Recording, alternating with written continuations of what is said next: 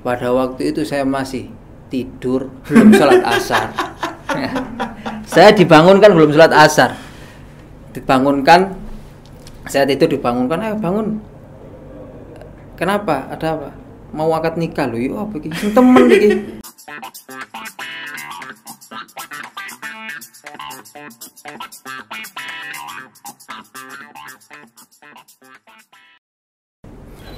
Assalamualaikum warahmatullahi wabarakatuh. Sahabat Sakinah, ketemu lagi dengan saya Syafiq Manaf di Sakinah Menyapa.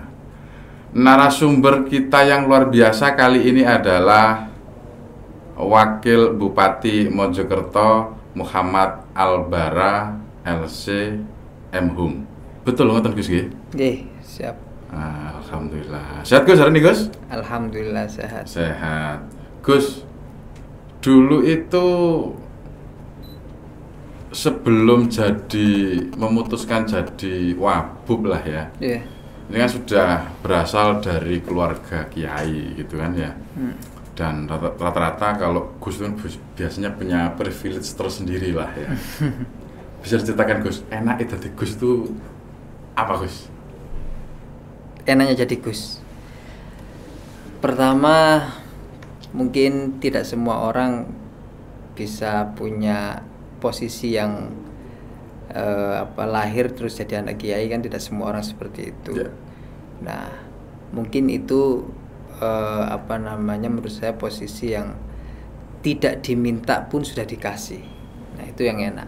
Tapi kemudian seiring dengan berjalannya waktu ya kita juga harus menyesuaikan sebagai putra kiai. Kita juga harus memantaskan diri untuk bisa disebut sebagai putra kiai. Ya harus belajar ke sana ke sini, menimba ilmu agama ke sana ke sini, agar kemudian sebutan itu pantas untuk disandang begitu. Berarti malah susah dong. Susah sebenarnya. Ini kan yang mungkin nggak banyak diketahui, ternyata jadi anak kiai ya susah. Susah sebenarnya, karena kita pasti punya tanggung jawab untuk meneruskan apa yang sudah diperintis oleh orang tua. Dulu sempat enggak kemudian gini Gus, aduh iki lapo sih dadi anak kiai akhirnya gak iso koyo arek-arek gitulah kira-kira. Sempat enggak dulu waktu ada pikiran begitu? Kalau pikiran itu enggak ada. Cuman ada sedikit saja pikiran kenapa kok saya enggak bebas memilih ya. Begitu.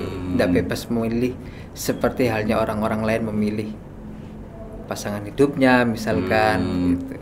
Selain pasangan hidup yang harus dipilihkan, apalagi Gus yang harus dipilihkan atau nggak boleh bisa memilih? Sekolah. Pendidikan. Artinya dari awal mulai di Amanatul Ummah sendiri ya? Iya. Di Amanatul Ummah sendiri, kemudian kemana lagi Gus? Setelah itu lulus Amanatul Ummah saya ke Mesir. Langsung ke Mesir ya? Langsung ke Mesir. Oh iya.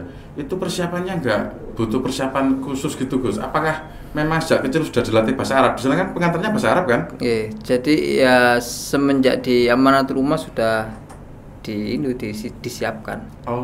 Disiapkan. Terus kita lulus 1 tahun itu kita mempersiapkan diri karena tidak bisa langsung kuliah, harus ikut karena kita ikutnya beasiswa tes ke Kemenak pada waktu itu. Jadi 1 tahun itu enggak kuliah, yang mempersiapkan diri untuk ikut tes ke Kemenak. Setelah itu kita dapat beasiswa dan bisa berangkat. Tidak bisa memilih pendidikan bahkan pasangan hidup. Sekarang anaknya berapa Gus? 4. Bayang nor ya. Dipilihkan jodoh. Awalnya sudah kenal apa belum? Tidak sama sekali. Tidak kenal sama sekali. Sekarang sudah 4 anaknya. Dulu gimana awalnya? Disuruh menikah atau kepingin menikah terus oke menikah sama ini saja tapi gitu. Awalnya gimana? Awalnya dulu ya mungkin orang tua saya sudah tahu kalau saya mungkin suka dengan seseorang gitu ya. Tapi wis mulai naksir-naksir lah ya kalau anak muda ya, dulu. tapi kelihatannya sama orang tua saya karena nggak setuju ya nggak dianggap, ya nggak usah dihiraukan lah, anggap aja cinta monyet saja lah. Dengan seiringnya waktu juga akan lupa-lupa dengan sendirinya. Tapi terus sampai saya di Mesir, saya sempat dijodohkan 2 kali sebenarnya. Yang pertama gagal, ya. Terus yang kedua itu dijodohkan, dia berhasil sampai sekarang ini, sukses sampai sekarang ini. Jadi saya nggak bisa memilih pasangan hidup, dipilihkan. Dan saya nggak tahu istri saya seperti apa waktu itu. Sampai ya saat akad? Ya sampai kemudian akad nikah. Baru tahu, oh seperti ini ternyata istri saya. Umur berapa Gus waktu Gus waktu menikah? Ya kira-kira 21-an lah, 21, 22. Umur 21. Karena akhir semester kan. Semester akhir. Masih kuliah waktu itu ya? Semester akhir. Kemudian nikahnya di sini apa di Mesir? Nikahnya di Indonesia tetap. Saya pulang ke sini. Oh, jadi waktu dikabari sama Abah lah ya. Nah, kamu akan saya nikahkan itu masih di Mesir ya? Dijodohkan, iya. Di Mesir. Saya dijodohkan sama seseorang waktu itu di Mesir. Kemudian saya pulang ingin ngerti orangnya. Ternyata dengan jodoh yang pertama itu gagal. Oh ya. Gagal. Terus kemudian sebelum saya berangkat ke Mesir, itu ternyata Abah itu punya teman. Ini kan pulang saya ini. Jadi beberapa bulan ada di Mesir lah saya. Jadi beberapa bulan ada di Indonesia. Jadi Abah saya sama yang pertama gagal, terus kemudian yang kedua ini Abah saya punya teman, ternyata sudah sekian lama tidak bertemu. Akhirnya ketemulah di satu tempat. Di situ kok ada ketertarikan. Setelah ada ketertarikan, ditanya-tanya. Setelah ditanya-tanya, kemudian ternyata masih punya anak yang perawan lah istilahnya. Akhirnya di situ terjadi perjodohan. Kita sekeluarga ke sana. Ya tapi waktu itu nggak tahu saya dengan istri saya. Cuma keluarga saya dengan keluarga istri saya sudah ketemu. Setelah itu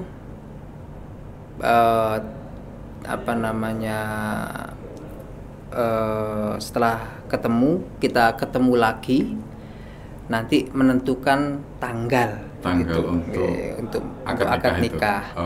Menentukan tanggal untuk akad nikah. Dan ternyata sebelum saya pulang ke Mesir itu kan saya puasa kan, waktu itu lihat istri saya itu ketemu dengan keluarganya itu kan puasa, awal puasa. Senjenengan ikut? Ikut. Awal puasa. Tahu berarti ya, ini gitu. Tapi enggak berani lihat ya. Kan malu dengan orang tua itu kan banyak. Jadi saya enggak jelas bagaimana wajah istri saya pada waktu itu. Karena saya malu mau melihatnya. Terus awal puasa, setelah itu setelah Syawal itu rencananya mau balik ke Mesir. Nah sudah itu ketika awal Lebaran itu Syawal akhir itu mertua saya datang ke abah saya untuk menentukan tanggal. Kemudian katanya bibi saya, mbahmu itu punya tradisi menikahkan di bulan Syawal. Begitu. Ngomong ke abah, karena itu ada di Syawal akhir, besok sudah tidak masuk bulan Syawal, sudah keluar dari bulan Syawal, maka kemudian pada waktu itu juga sore hari mau maghrib itu saya diakadkan. Pada waktu itu saya masih tidur, belum sholat asar. Saya dibangunkan belum sholat asar. Dibangunkan, saya tidur dibangunkan, ayo bangun. Kenapa? Ada apa? Mau akad nikah loh. Oh begini temen begini. Setelah itu saya tak wudhu dulu terus sholat, terus setelah itu ya beneran akad nikah beneran. Dan saat itu istri jenengan, calon istri itu ada di situ? Tidak ada, di pesantren. Tidak ada juga ya? Tidak ada, istri saya di pesantren. Di pesantren. Ya, di pesantren. Jadi waktu akad nikah sama mertuanya saya. Sama mertua saja. Ya. Nah setelah itu kan balik ke Mesir untuk meneruskan kuliah lagi kan. Nah itu istri langsung ikut juga? Tidak. Saya nggak ikut. Saya tinggal 1 tahunan mungkin. Terus tahun berikutnya ikut tes beasiswa ke Mesir, keterima. Akhirnya baru kita sama-sama ke sana. Oh, baru setahun Gus ya? Ya. Gak ketemu, sampean ke Mesir. Ya, terus. Ning ananya di Sidoarjo, betul nggih? Di pondok. Oh, di pondok. Di pondok di Purwasri. Oh, daerah Kediri ya? Kediri. Oh. Terus gimana Gus, sudah menikah ya? Terus sampean tinggal balik. Terus piye? Ya. Nggak bisa bayangkan aku manten anyar, gurung tahu kenal. Gimana gitu loh? Iya, kita telepon SMS kadang-kadang. Video call gitu ya? Enggak, dulu belum ada video callan. Oh, belum ada ya? Belum ada, pakai Yahoo dulu kan kalau mau nelpon. Oh iya, pakai Yahoo Messenger gitu ya? Messenger. Iya. Karena sama lah, saya dulu juga dijodohkan lah sama orang tua ya. Nah, iki nggak tahu kalau generasi sekarang dijodohkan itu piye ya? Masih kayaknya susah kayaknya sekarang. Susah kelihatan. Ya. Nah, gimana Gus kok sampai akhirnya ya bisa punya 4 anak, betul Gus ya? 4 anak hari ini, padahal gak kenal, ditinggal setahun, proses ta'arufnya, kemudian kalau teman-teman sekarang, anak-anak sekarang itu kan ya harusnya makan persepsi, makan apa gitu kan ya. Iya, saya itu simple sebenarnya. Karena kalau cinta itu menurut saya itu ya bisa ditumbuhkan lah. Cinta bisa ditumbuhkan. Meskipun pada awalnya tidak ada rasa. Tapi dengan seiringnya waktu bisa ditumbuhkan cinta itu. Tumbuhnya cinta itu saat SMS-an itu atau sudah ketemu atau ikut sama-sama ke Mesir, Gus? Saya kelihatannya tumbuhnya cinta itu ketika saya justru malah berjauhan. Justru malah berjauhan. Iya. Apa gitu? Pepatah ya sebenarnya. Mana ya kok pepatah? Enggak lah digolek ya. Nah, Gus, itu tadi kisah Gus Bara saat kuliah, menikah dan menemukan cinta sejatinya. Insya Allah begitu. Insya Allah begitu. Loh Gus, kalau Insya Allah ini gak enak kira-kira. Karena kan kita tidak bisa memastikan perjalanan hidup ini. Oke. Gus, biasanya Gus Kiai itu punya istri lebih dari satu. Ada cita-cita enggak, Gus? Saya, kalau kakek saya istrinya 5. 5? Ya, kakek saya 4 lah ya, dicerai 1. Kalau abah 1 sampai sekarang. Mau niru abah apa niru? Ini tinggal berada di persimpangan yang mana? Apa abah saya, apa kakek saya? Aduh. Tapi kelihatannya abah saya kelihatan. Soalnya kawan nih ngomong kate niru kakek kok ditonton nih Hana. Oke, itu ya semoga nanti dengan cita-citanya bisa niru abah itu. Bisa istiqomah. Neng diramut sing temen neng. Ben ndak niru kakeknya. Nah, mungkin informasi kakek beliau ini siapa Gus namanya, Gus? Kiai Haji Abdul Halim. Kiai Haji Abdul Halim ini adalah salah satu juga pendiri Nahdlatul Ulama bersama dengan Mbah Hasyim Asy'ari, Mbah Wahab Hasbullah dan para pendiri Nahdlatul Ulama waktu itu. Posisinya di apa waktu itu, Gus? Waktu itu mbah saya posisinya di Katib Sani. Di Katib 2 gitu Katib ya. Katib 2, Katib awalnya Mbah Wahab Hasbullah. Nah, jadi kalau sekarang itu wakilnya Mbah Wahab Hasbullah lah, di sekretarisnya Surya. Sekretarisnya Surya. Nah, dulu itu juga salah satu rujukan teman-teman di Mojokerto untuk neliti Gus sejarahnya NU di Mojokerto dulu itu mulai tahun berapa dan siapa saja, itu salah satunya adalah dari buku Nadhoman yang ditulis oleh Mbah sampean. Apa judulnya, Gus? Sejarah Perjuangan Kiai Haji Abdul Wahab. Itu di salah satu syair ya. Syairnya itu menyebutkan bahwa Mbah Wahab itu datang ke Mojokerto ditemui siapa atau bagaimana itulah. Saya lupa. Jadi itu jadi salah satu referensi. Oh, ternyata dulu yang pertama kali didirikan NU di Mojokerto itu diinisiasi oleh Mbah Wahab, dan sejarah perjuangan Mbah Wahab Hasbullah ini jadi bahan untuk disertasi jenengan. Iya, disertasi saya. Nah, itu apa Gus yang diulik? Tapi sebelumnya gini, jadi sahabat Sakinah, Gus Wabuk atau Gus Bara ini memilih jurusan filologi. Nah, apa Gus filologi itu, Gus? Filologi ini ilmu yang mempelajari terkait dengan tekstologi. Jadi teks-teks tua, naskah-naskah tua. Jadi ya berkaitan dengan bidang apa saja, bisa sejarah, bisa fikih, bisa apapun. Tapi kita meneliti naskah tersebut, isinya tahun berapa, siapa pengarangnya, siapa penulisnya, naskah ini salinan atau asli, dan seterusnya. Terus gunanya untuk apa, Gus? Neliti teks-teks tua. Gunanya itu memang kalau di Indonesia sekarang ini kurang seberapa marak ya. Tapi kalau di Eropa dulu justru jurusan filologi awal-awal abad 17-18 di sana termasuk bidang yang sangat diminati. Kemudian di Arab itu baru ketika abad 18 akhir 19 awal baru kemudian filologi di dunia di Arab itu sangat diminati. Hanya kemudian di Indonesia ini mungkin jarang atau tidak pernah mendengar apa itu filologi bagaimana, sehingga yang ambil jurusan ini juga ya mereka yang mau bunuh diri aja. Bunuh diri dengan kehidupan, karena untuk cari kerja juga nggak ada sangkut pautnya. Kalau kita kuliah kedokteran misalkan, sudah pasti jadi dokter. Kita kuliah manajemen, nanti kita pasti kerja di bidang manajemen. Kita jadi kuliah di insinyur, arsitek, nanti pasti jadi insinyur dan seterusnya. Tapi di filologi ini tidak ada. Nanti kerjanya jadi apa? Paling notok, paling peneliti.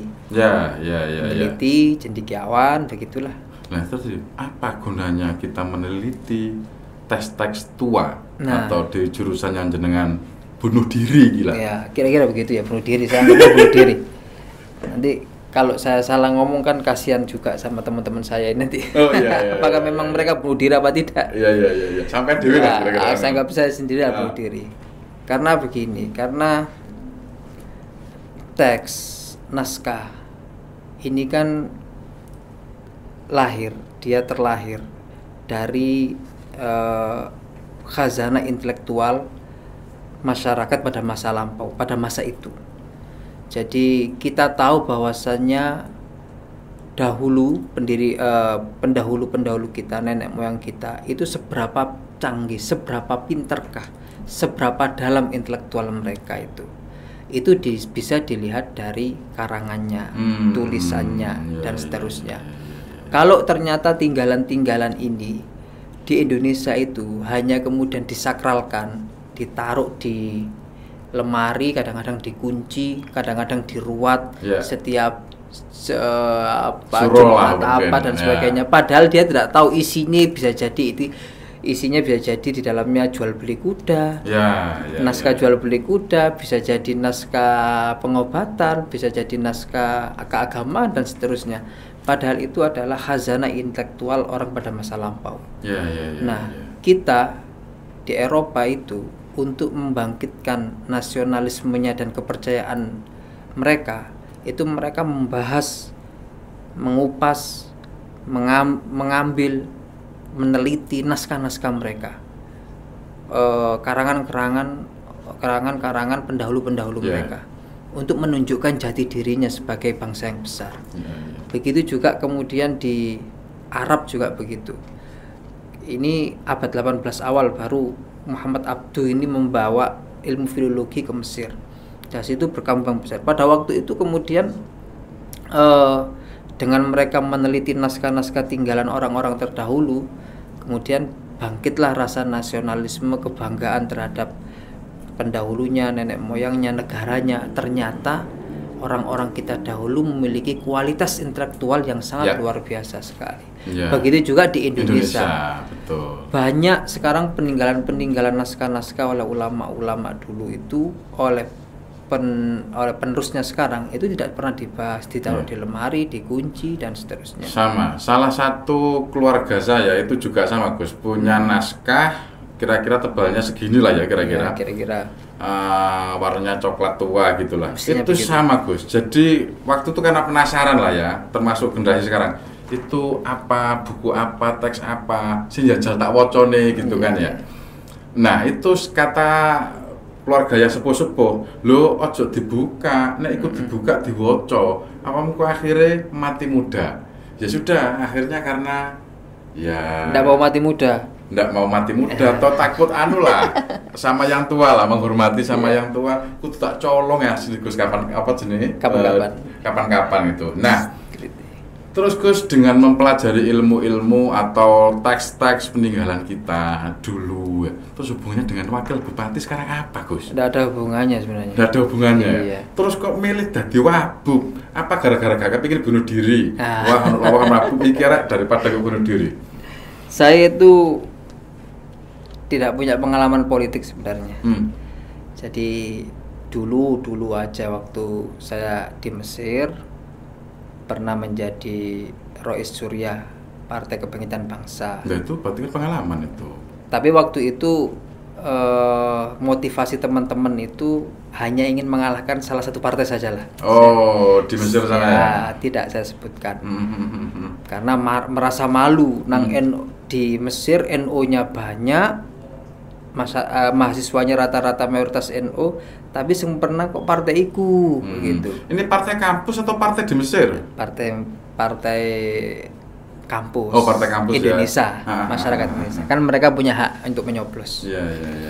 Terus kemudian teman-teman ngajak saya, Gus, pendidikan partai PKB. Oh ya, nggak apa-apa.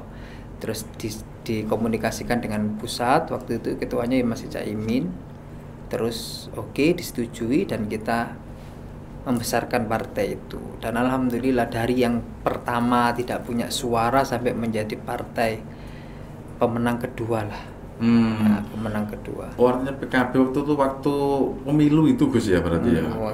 Waktu Jokowi JK. Pemilih-pemilih di luar negeri itulah ya. Di luar negeri. Tak kirain partai lokal di kampus atau partai di Mesir enggak ya? Enggak. Ya. Terus akhirnya dari pengalaman itu? Dari pengalaman itu terus kemudian kita diminta karena kita dianggap sukses, terus diminta. Seingat saya kita diminta untuk beberapa kadernya untuk aktif di pusat gitu, 3 di DPP sana ya? Di DPP. Oh ya. Salah satunya yang disodorkan saya, tapi saya tidak mau. Karena saya bukan tidak mau apa, tapi saya membatasi diri. Karena saya ini pulang ke Indonesia sudah pasti disuruh memegang pesantren. Jadi saya tidak mau, teman-teman saya saja ada 3 yang ke DPP, aktif di DPP. Saya sudah pulang dari Mesir itu sudah di pesantren, kehidupannya di pesantren, ngajar ngaji, bertemu dengan santri, bertemu dengan wali santri, ngurusi pesantren dan seterusnya. Sampai pada saat kemudian pilkada kemarin, itu pun sebenarnya abah saya juga, ibu saya juga merasa berat untuk kemudian mengikhlaskan saya masuk ke dunia politik.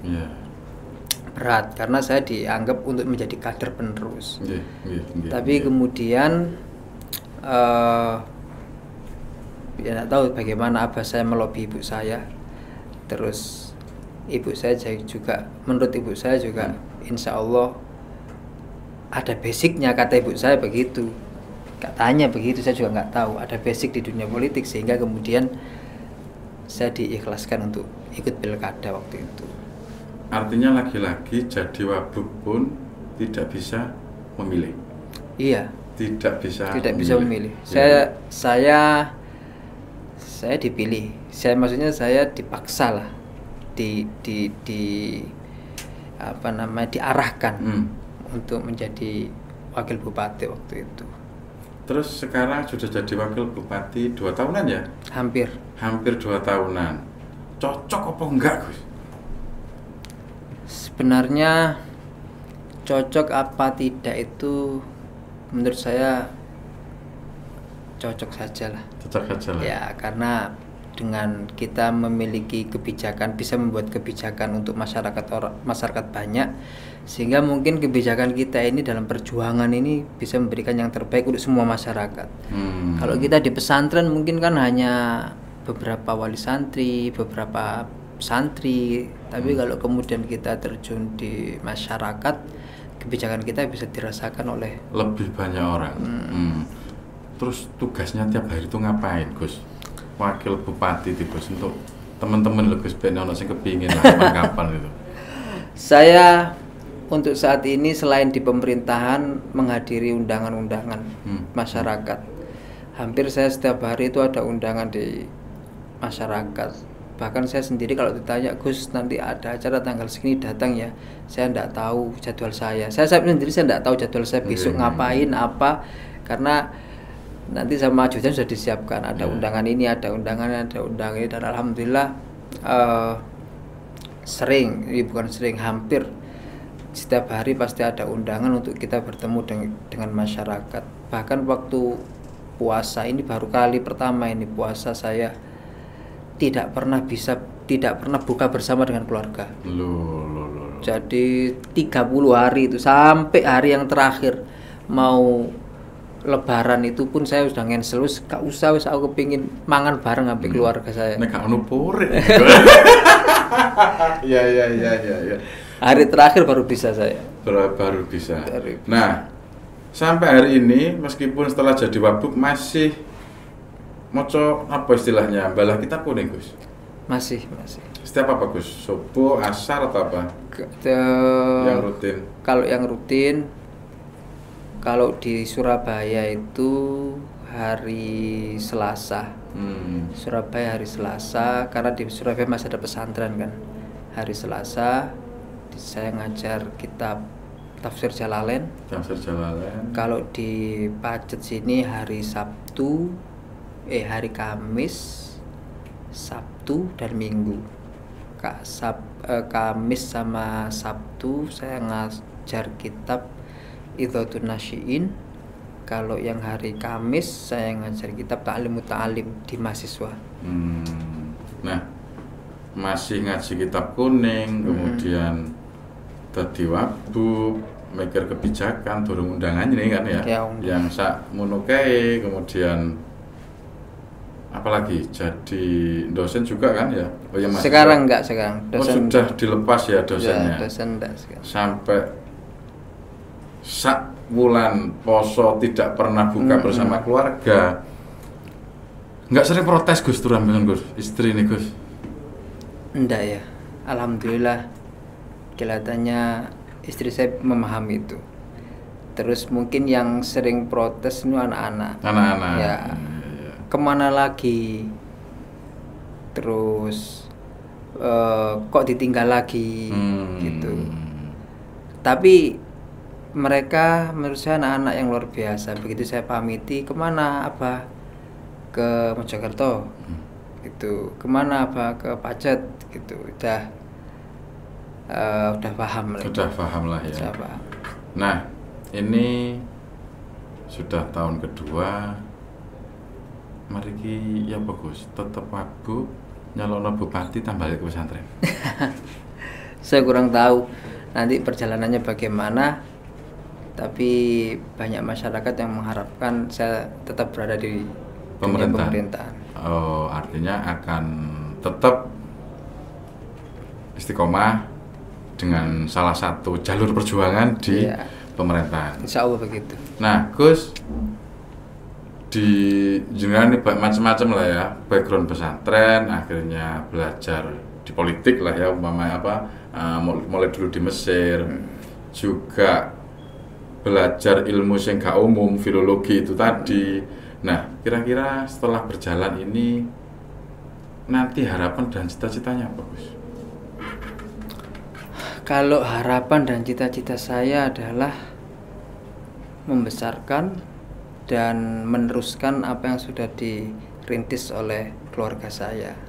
Itu cita-cita dan harapan saya. Kalaupun sekarang saya ada di dunia politik, saya kira ini bukan untuk selamanya. Untuk hanya hanya untuk langkah bagaimana saya berkhidmat kepada masyarakat, tapi pada akhirnya nanti pasti saya juga akan kembali ke pesantren lagi. Akan kembali ke pesantren lagi. Nah, saya juga lupa, selain Wabu, pengasuh pesantren, apalagi Gus? Jadi ketua Ansor, ketua HKTI, Pergunu, apalagi direktur Al-Azhar, alumni Al-Azhar Jawa Timur. Ketua alumni Al-Azhar. Nah, nek pas stres Gus, kira-kira Gus, terus apa yang kemudian jadi saluran untuk menghilangkan stres di tengah banyak kesibukan dan pikiran lah mungkin? Alhamdulillah kalau sampai saat ini stres banget enggak ya. Tapi untuk menghilangkan kejenuhan biasanya saya ini ya cukup sama teman-teman kumpul-kumpul, cangkruk, gitu ya. Habis itu pijet-pijetan. Iya, sudah itu ya selesai begitu. Ya. Cocok. Iya, saya nggak ada yang macam-macam, udah ada.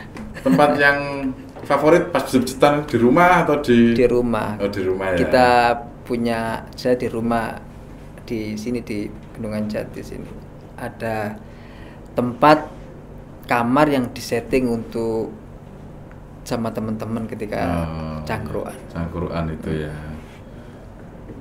Tahun depan Gus, kira-kira mau fokus apa Gus?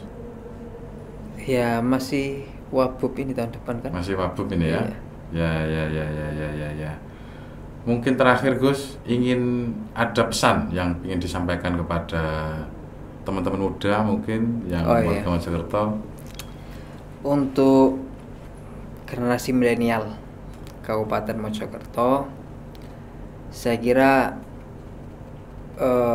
waktu muda itu adalah waktu yang tepat untuk bagaimana panjenengan semua memperkaya diri, membekali diri untuk menyongsong kehidupan yang akan datang. Oleh karena itu, manfaatkan waktu selagi ada dengan sebaik-baiknya agar kemudian tidak ada penyesalan di kemudian hari. Kalau memang sekarang masih fokusnya adalah untuk mencari ilmu, carilah ilmu dengan sebanyak-banyaknya dan itu pasti akan bermanfaat di kemudian hari. Kalau sekarang memang fokusnya adalah untuk bekerja, mencari rezeki, carilah rezeki dengan sebaik-baiknya dan jangan boros ditabung, karena itu juga pasti akan bermanfaat di kemudian hari. Itulah pesan saya untuk mereka. Gus koyo wabuk Gus nek garek meninggal hari ini. Terus kapan dulu ini?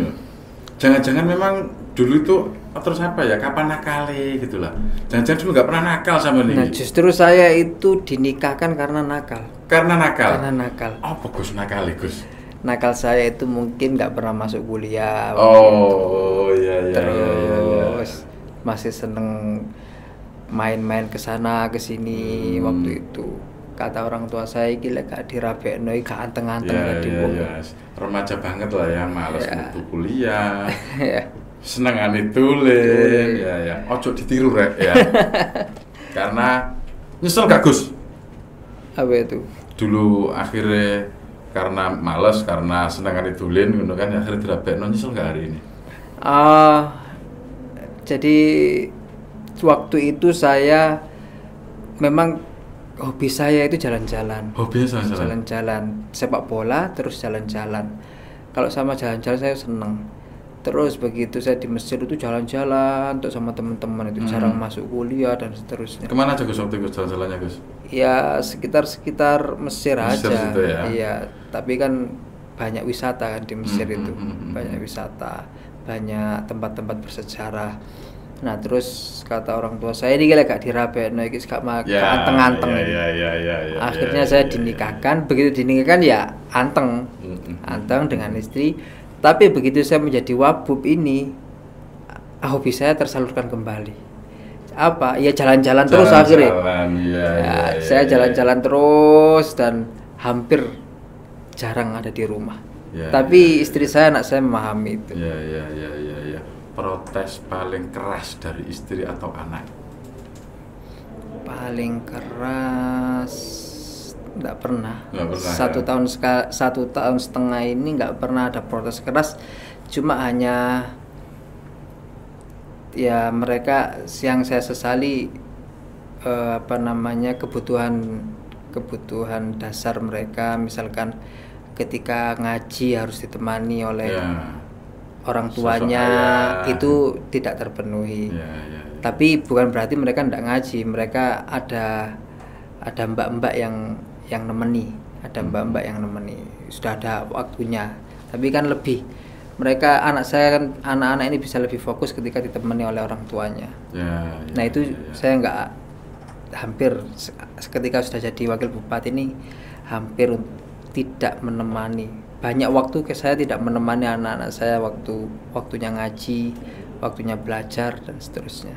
Oke, itu tadi sahabat Sakinah sekalian, cerita sisi lain dari Gus Bara yang biasa sampai temoni di jalan, di sebuah acara. Ini mungkin sisi lain yang belum banyak diketahui dan semoga bisa memberikan inspirasi kepada sahabat Sakinah sekalian atau sahabat Sakinah dimanapun berada.